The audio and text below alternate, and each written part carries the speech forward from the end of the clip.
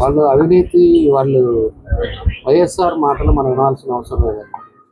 వాళ్ళు చేసిన 5 సంవత్సరాల పాపాలే వాళ్ళ పరిస్థితికి అంకితం చేశారు. వాళ్ళు ఇంకా కూడా వాళ్ళు మారరు. వాళ్ళు ఆ నాయకుడు అదే పరిస్థితిలో ఉన్నాడు. ఆ రోజు ఉండే పరిస్థితుల్లో అధికారం ఉంటే ఏమో ఇంట్లో కూర్చొని బయటికి రాకుండా వాళ్ళు ఇష్టారాజ్యంగా ఎక్కడెక్కడ సంపాదిద్దాము, ఎక్కడెక్కడ ఇబ్బందులు పెడదాం, అవన్నీ కూడా కార్యక్రమాలు చేశారు. ఒక వ్యవస్థను వదిలిపెట్టాల.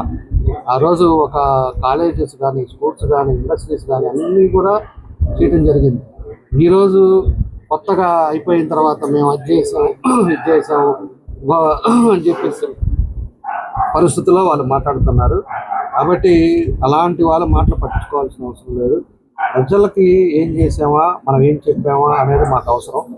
ఏదో దొంగ మాటలు చెప్పి డిఎస్సిలో ఇది జరిగింది, అది జరిగింది, లేకపోతే ఇంకో దగ్గర మొన్న టొబాకో ఒకసారి మళ్ళీ కావాలని చెప్పి రాష్ట్రోగాలు వేయటం, వాళ్ళు ఉన్నప్పుడు ఏం చేశారు అనేది వాళ్ళు విమర్శ చేసుకోవాలి. అదేవిధంగా వాళ్ళు అధికారంలో ఉండేటప్పుడు ఎంత మాత్రం పనిచేశారు. ఏదైనా ఒక్కటన్నా ఇదిగో చెప్పుకోదగ్గది, ఇదిగో పోలవరానికి ఇదిగో 10 కోట్లు పెట్టాము, లేకపోతే అమరావతికి ఏదైనా కొంచెం ఖర్చు పెట్టాము, ఏదన్నా చెప్పిన పాపాన్ని పోలా. ఈరోజు మళ్ళా కూడా ఇప్పుడు కూడా మార్పు లేకుండా మావిగాని అంటాడు. అంటే ఇంకా కూడా మార్పు లేదు. ఎందుకంటే అతను ఒక సైకో. ఆ సైకోకి మార్పులు అనేది ఉండదు. ఇంకా కూడా అహంకారంగా ఏం చేయాలా, ఏంటి అనే ఆలోచన తప్పితే, ఎవరిని ఇబ్బంది పెట్టాలో ఆలోచన తప్పితే, నేను ఎందుకు ఓడిపోయాను, ఇన్ని సీట్లు ఎందుకు తేడా వచ్చింది, అసెంబ్లీలో కూడా కూర్చోటానికే లేకుండా పోయే పరిస్థితి ఎందుకు వచ్చింది అనేది వాళ్ళు చేసుకోవాల్సిన అవసరాలు ఉన్నాయి. అది తప్పితే ఎదుటి వాళ్ళని ఇప్పుడు కూడా మాట్లాడటం, ఎదుటి వాళ్ళు ఇట్లా అట్లా అంటాం, దానివల్ల ప్రజలు నమ్మే పరిస్థితులు లేదు.